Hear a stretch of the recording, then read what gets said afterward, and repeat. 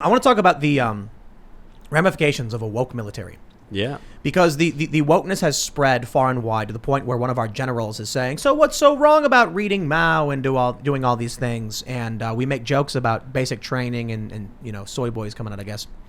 I don't know if you saw this story, but this one from the Washington Post. Russia says it fired warning shots at a British warship in the Black Sea. The UK says it didn't. I don't necessarily believe the UK. Yeah. Russians also say they were dropping bombs in the path of the British warship because they entered Crimean waters. This freaks me out. See, the US, NATO was doing big war games. Russia then counters with their own war games. We see the HMS Trent, Royal Navy, going through the Bosphorus Strait only a few weeks ago. Then the HMS Defender entering Crimean waters, which Russia is claiming as its own. So it's occupied waters. Yeah. It doesn't matter who you think it belongs to. We are dangerously close to conflict. China came out and said that they will join Russia in a counterattack against the U.S. Now is not the time for our general to come out and say, I am pathetic and weak and have no strength of will of my own mind. Well, the problem is that Xi Jinping and Putin, they have YouTube, and they saw that woke army ad, and they said, the lesbian mothers and the pride, invade today, and of course, they were inviting the aggression. Do you see Putin praise Joe Biden? He's focused. You gotta pay attention. And then I see these Biden voters on Facebook being like, even Putin's recognizing that Joe Biden's strong. Republicans are trying to make, like, Republicans want Putin to win because they hate Biden so much. But even Putin recognizes Biden is not losing his mind. And I'm like, Putin wants to destroy us and wants us to keep voting for the man who has no lucidity left so that he can win a war. So obviously you had Trump's foreign policy, whatever you think of the individual incidents. The genius of it, of course, was you just never knew what this guy was going to do. I mean, do you remember? He called Kim Jong-un short and fat. Yep.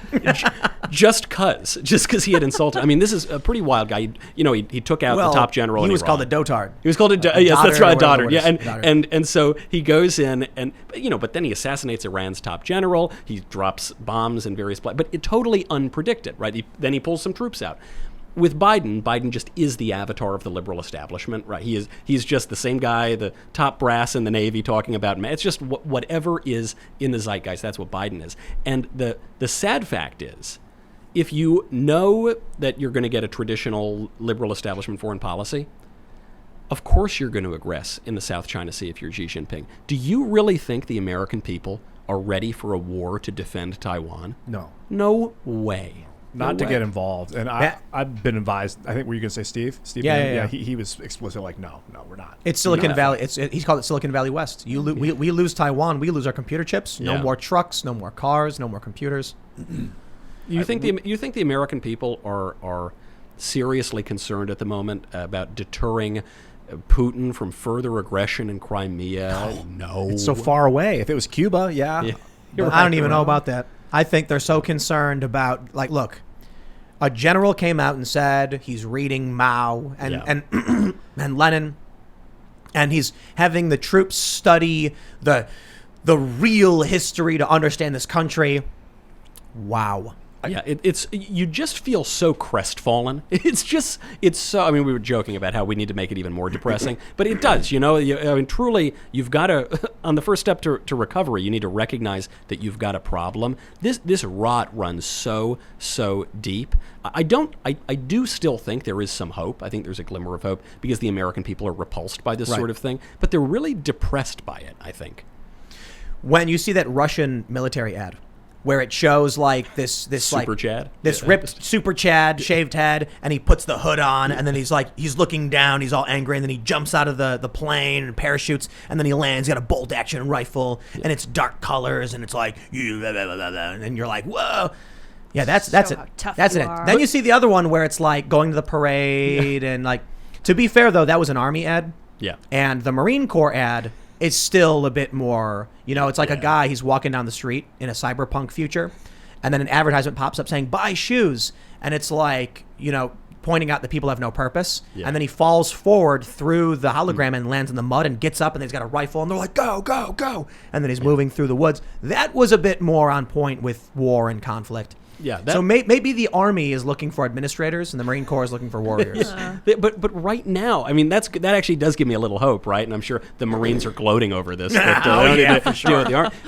But even among conservatives right now, so-called conservatives, there are going to be people who say, well, I think actually if a transgender person wants to serve in the military, that's perfectly fine. Well, I think women should be in combat positions, and and you just think, oh, so you're not serious about this either. I don't think that there is anyone advocating for trans soldiers in Putin's Russia or Xi Jinping's Well, but China. I if somebody wants to go shoot the bad guys, I don't care who they are, what they think they are, what I they don't believe know, and man. identify. If a guy thinks he's a woman and is demanding really crazy medical treatments and it clearly doesn't have his grip on reality, I don't think I want that guy in the military. Call me an extremist, but it seems like there's a problem. There's some logic to, you want sane, strong people next to you in combat. If they fall, then you have no protection on the side. And by the way, the reason I don't want women in combat is not because I don't think women are perfectly capable. Obviously, they're not as physically strong as men, which is why they're losing all the weightlifting competitions now,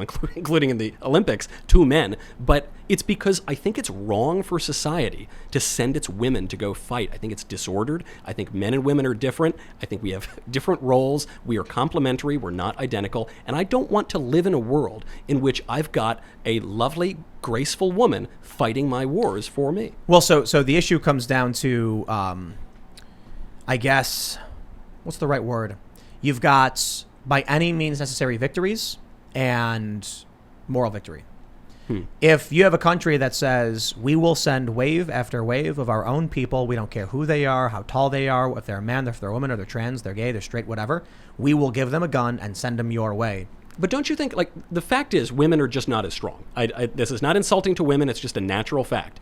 And so if you've got an army of all big, tough dudes who look like Super Chad from the Russian ad, that is going to be a stronger army than a mixed army with women. But that's under the assumption that we lose some of our servicemen by adding service women. You see what I'm saying? If we have, let's say we had 1 million well-trained, well-oiled machine Marines, and then we're like, we got this. Hey, we also got 100,000 women. That's just a benefit, in my opinion. Well, but we're also we're not Napoleon's army. We're not launching these, million-person land wars. And I suppose that one of the arguments, I'm not saying that women have no role in helping out the military. I just specifically, I'm talking about combat. Well, you would get... historically, you have a few women, like Tomyris was a Scythian queen, and she was a warrior queen and basically stomped out the Persians, more or less. You had, Boudica, who was a Celtic queen that fought against the Romans. So you get these, I don't know if they were bestial monstrosities, monster humans. I don't know, but they were apparently fighting like warriors. They would slash and kill. But I think generally what you're talking about is more of a general... The fact that one can name them, I think, is kind of... I think the idea from the modern military in that regard is, how do we add more people to combat roles? It's like, well, women aren't serving. Can we get them to serve? Sure. But it increases the number. Do we have a shortage of fighters? I don't think so. I mean, we don't, first of all, the wars we wage are mostly from office buildings in New Jersey where we're fighting with video games to blow up bad guys in Syria. But if we had a genuine shortage of people who were able to hold a gun and shoot it, then I suppose that's a conversation. I think it comes down to this for me. We should have a standard. You should have to pass that standard. They shouldn't reduce the standard for anybody. And so I think that's one of the issues people are concerned about is... Well, of course, yeah. I mean, they in some circumstances, some departments and fire departments and police have lowered standards. In all circumstances, virtually, right? I mean, but so that's a problem too. But I'd like to take it even further. Let's say that there is a woman, some great ancient queen who's an Amazonian who's, destroys the Persian army. All well and good. I still think just as a social matter, as a matter of the way that men and women interact with one another, as a matter of chivalry, darn it, the age of chivalry is gone, that of sophisters, economists, and calculators has succeeded it, and the glory of Europe is extinguished forever, to quote the great Edmund Burke. I think that's bad. I want the glory back. I want the chivalry back. I want a world in which men and women are not seen to be identical or indiscernible or at odds with one another. I mean, one of the arguments is that there will never be a war between the sexes because everyone's sleeping with the enemy. I want them to be complementary again, and that requires people observing certain limits, both men and women. Yeah. It's a very unpopular view, I suppose, but I think it happens to be correct. I think what ends up happening is people start scraping the bottom of the barrel in their conflicts, and things just get weird. I will say one thing. A lot of what we talk about, especially when it comes to like women in combat, and you mentioned obscenity laws. Yeah. We wouldn't need laws or policy if people had a shared moral framework within their culture. Or it certainly would not be nearly as necessary. But again, the law kind of reflects the culture. Right. But the law also influences the culture. Jordan Peterson talked about enforced monogamy. Yes. And immediately these leftists were like, assuming he was saying women should be like physically forced to be in relationships with like nasty men. With me, yeah, with you. Yeah. What he meant was, and correct me if I'm wrong, because I think Lydia you might know this. What he meant was just there were societal pressures that you were in a relationship, you had an obligation, and if you didn't uphold your contract, then you were looked down upon. That right? Is that what? That's correct. And when go. Jordan Peterson made this point, I don't know if he realized this at the time, but he was tapping into something that's absolutely pivotal. You need cultural pressure for the things that you want. You need it against the things that you don't want. That way the government is not required to, for example, censor speech. Sure. They can let other people do it. Oh, you shouldn't have done that. Mom says it to her son. But I guess I agree with Jordan's point, and I agree with what we're talking about. But this distinction, this neat distinction between politics and culture, I think is a little blurrier, because when cultures and societies come to certain decisions, let's say they want to pass blue laws and you can't buy booze on Sunday. Let's say they want to ban porn or prostitution or something.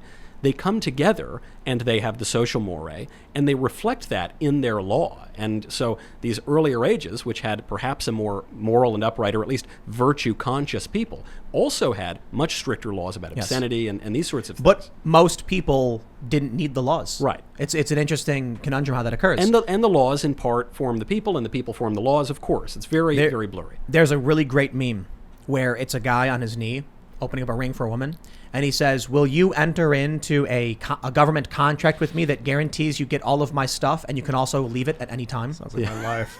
That's how I think, by the way. That's a really important point, though. It used to be that you could not get divorced. Like the judges would even be a judge would be like, "You need to go to counseling. Yes. You cannot divorce." And now I know that it is unthinkable that we should possibly make our divorce laws a little more restrictive, but of course we should. The societal breakdown that has really ramped up over the past 40, 50 years is a direct result of no-fault divorce. It has ruined people's lives. It has destroyed society. If a marriage bond means nothing, which practically, I mean, this is your point, and I'm not even just blaming the guys or just blaming the girls. It's set up in such an unfair way. But if that bond means nothing, then you don't have trust as a society. That is a sacred vow you're making, not just before God. That's pretty important too. But it's also a political matter. You're making it before the public, and you're saying, we will be in this bond. If you can just dissolve that willy-nilly, then your social trust evaporates. Thanks for checking out this clip from the Timcast IRL podcast. If you want to see the full show, come back to this channel, youtube.com/TimcastIRL, Monday through Friday at 8 p.m., where you can leave comments and super chat, and we actually will read your comments on the show. Don't forget to like, share, subscribe, and if you want exclusive members-only content, segments you can't get anywhere else, go to timcast.com, become a member, and we even have full bonus episodes. Thanks for hanging out, and we'll see you all next time.